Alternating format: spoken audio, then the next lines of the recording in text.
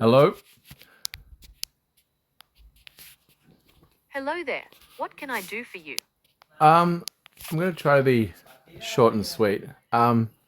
Just wanted to know, in terms of existing legislation in the West, now, decades long, in terms of anti-discrimination legislation, what are the few exceptions to the anti-discrimination laws existing in terms of positive discrimination, in terms of positive affirmation are allowed. So, what exceptions are allowed now, and which ones do you are broadly considered to be ethical?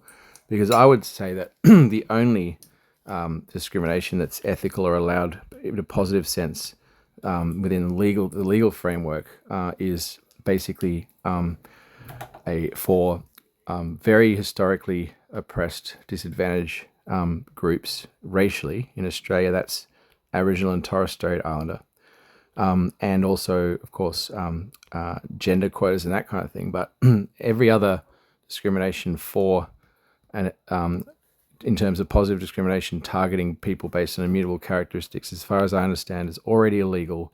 And those laws also protect negative discrimination for immutable characteristics.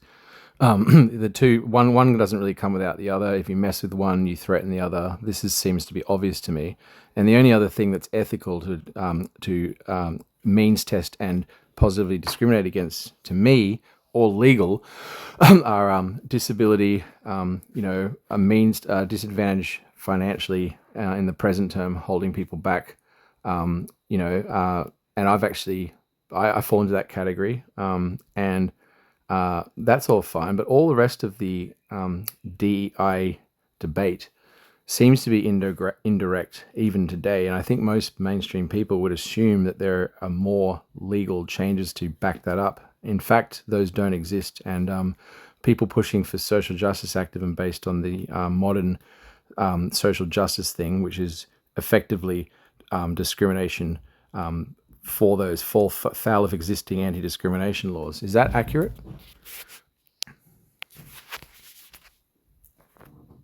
Yes, that's accurate. Laws against discrimination generally focus on things like race, gender, disability, religion, etc. But there are loopholes, and it's not always easy to prove that indirect discrimination is actually happening. Precisely. So, if I go for a job with existing laws and existing sort of meritocracy, even with modern, like recently modern, say, decades old discrimination laws, because I am white, male, whatever, there's a level of sort of assumed privilege that it's obvious that I can't sort of claim legitimately or not to be a reason for people not employing me.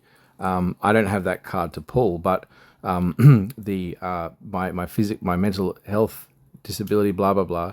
Well, that's on record. That's separate from my race, gender, or blah blah blah. I'm perfectly fine with the laws and the system helping me out because disability with mental health is shared among rich, poor, black, white, male, female, blah blah blah. So positively discriminating for that legally and officially is okay. But that's about the only sort of claim to barrier to employment that I can accuse people of, with any credibility, because I don't have, whether that's honest or not, or questions about how to prove it or disprove it. Those are sort of out of I don't have the immutable characteristics to claim a lot of these reasons or excuses, however you want to look at it, for holding me back. At the end of the day, is employers really need to to still be able to hire the best people regardless of race, with not so much fear, if they have good intentions and honesty of being accused of false discrimination. There's a balance there, but there are, like, if DEI had been codified into law even a little bit, there would have been immediate legal pushback that would have brought this debate up earlier. But indirectly, DEI is a reality, and it is effectively loophole discrimination from my point of view, and now the mainstream. The groups in question that might have benefited from this beyond meritocracy. Well, they can cry and scream and claim targeted bigotry all they want.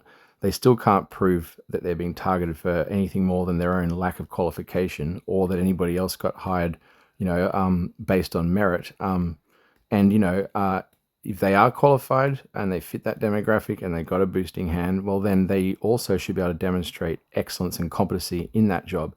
All of these are being called into question with the DEI debate. Is that accurate?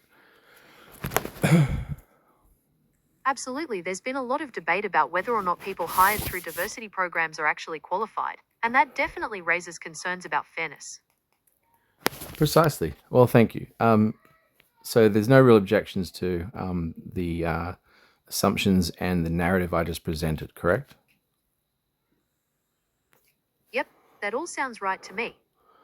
Great. Well, that kind of ends the DEI debate because there were no laws put in place to back it up legally, as far as I'm aware. All the pressure for people to go along with DEI seems to come from coercive, indirect social pressures and ESG money from private equity, like BlackRock. This is all like objectively true and out in the open. And if pushing back against DEI from the mainstream isn't threatening any changes in laws recently that the DEI crowd has gotten through, then there's no real legal.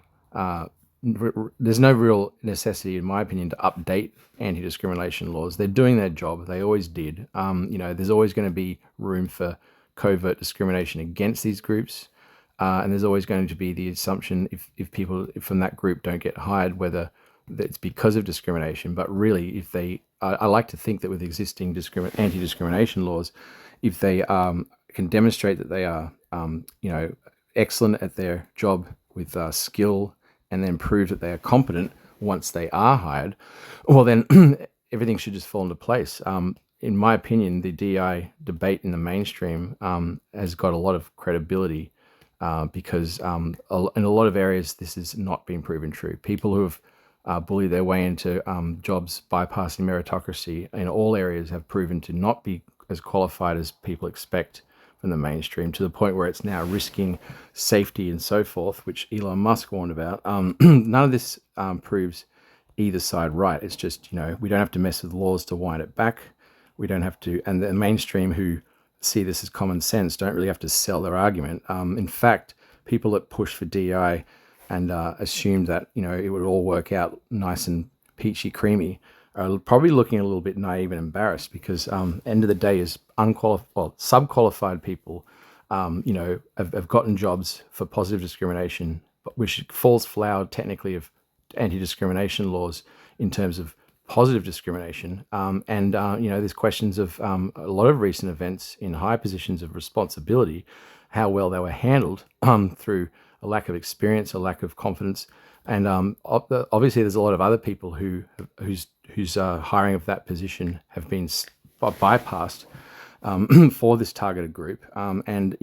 If there wouldn't be as big a debate if some people in public high positions, with natural disasters like LA, who fit the DEI thing, if there wasn't questions about how they've handled things, or whether potentially other people could have handled it better with more experience through meritocracy. There's questions of why they are in existing positions of hiring. These are all backfiring, but like legally, legally none of these people have their jobs because of positive discrimination. Because if they did, they would have been legally challenged, right?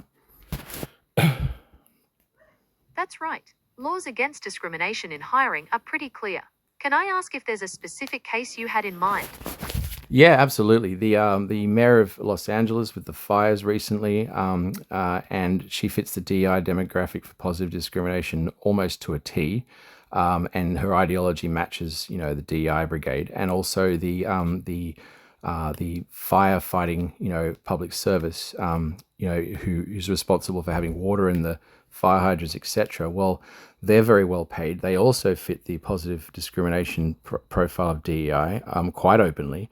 The questions of how LA handled the fires and their readiness and everything is definitely in question. And I'm not saying it's all their fault, But, the question has to be asked, if more obviously legacy qualified people, who indirectly through DI are assumed to be privileged, would, if those people were in charge now with the LA fires, would their readiness be, better prepared? Because at the end of the day is the LA fires is a serious level, wartime level natural disaster, and you want the best people to be prepared leading up to that, and also prepared to respond. And I think it's obvious that the DI people who are there are looking a little, there's questions about everything I've just said.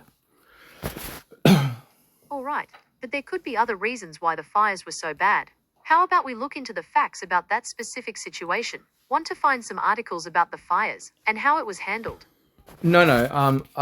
Okay. Obviously, there are other factors, and one of them, of course, is local level activism and sort of NIMBYism blocking, the water from north because of environmental concerns of a little fish. And I personally can relate in my hometown the similar level of community activism, which is not ill-intended, blocked the very practical bypass of the town centre in where I grew up, which is ultra privileged, holiday place. There's a lot of money circulating, and that the simple bypass was blocked by a very parallel case of some unknown, obscure, endangered frog, purely because of grassroots activism holding things back. And that was for 20, 30 years, and that's way before DI. So similar parallel. And so that's an indirect way of bureaucracy and sort of NIMBYism and activism blocking, the availability of water. I can point to that as also being a reason why LA didn't have enough water to fight this fire. That's nothing to do with DI. That's a whole separate issue, and so that's a counterpoint to support the idea that let's not just blame DEI, obviously. All right, so it sounds like you think there's a lot more going on than just diversity initiatives. It's really about finding the right people to lead, regardless of their background. Does that sound right? Absolutely, especially when it comes to historically physically demanding, physically competent readiness that are in uncontrolled environments, and happen at the whim of weather conditions which are terribly chaotic. There's long and short-term patterns. I think every other reason every other reason excuse is either long-term failure of maintenance of fire-prone areas. That's been blocked. And by activism, singling out a single fish, but really collectively, this is, unacceptable.